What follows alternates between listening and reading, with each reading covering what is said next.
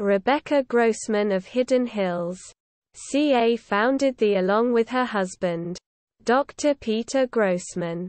The Grossman Burn Center is renowned worldwide as a top provider of care for those with burn injuries, and has been applauded for its humanitarian work treating patients from very poor backgrounds, often in countries who lack effective treatment for burn patients.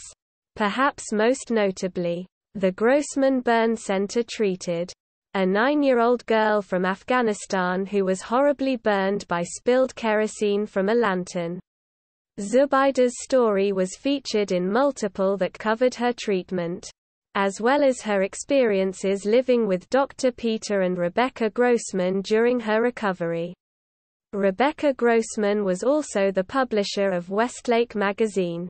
On September 29, 2020, Nancy Iskander was walking with her husband and 3 children in Westlake Village.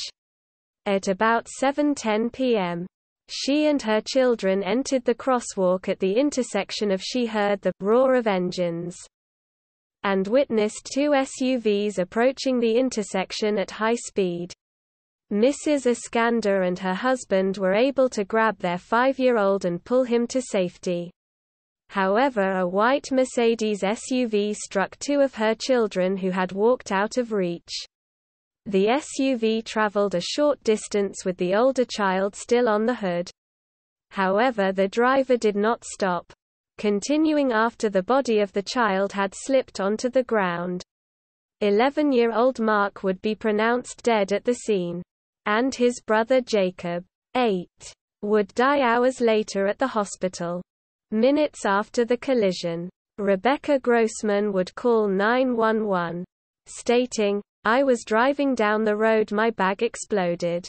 When asked if she had hit something, Grossman replied she didn't know. According to the LAPD, she had driven a further quarter-mile before the damaged vehicle shut down, and had attempted to restart it 14 times before the 911 call was placed.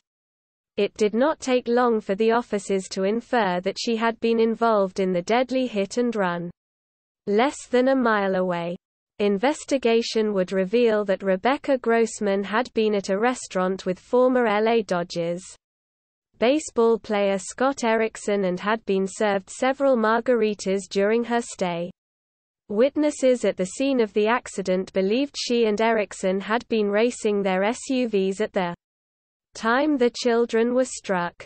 The LAPD determined Grossman's SUV had been traveling up to 81 miles per hour with its speed remaining at 71 miles per hour when it struck Mark and Jacob. Grossman's blood alcohol level was 0.08% during initial testing.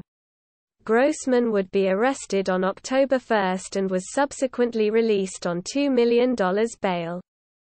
On May 6, 2022, a Los Angeles County Superior Court judge determined that there was sufficient evidence to try Grossman with 2 counts of murder, 2 counts of vehicular manslaughter with gross negligence and 1 count of hit-and-run driving, resulting in death.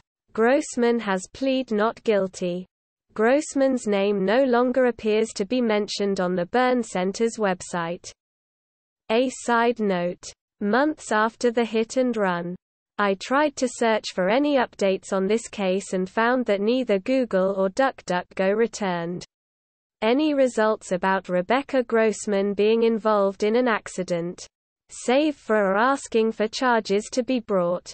I am suspicious that Grossman may have contacted a PR firm to help clean up any internet search results that tied her name to the case. Please note though that this is purely suspicion on my part and I have no evidence to support it.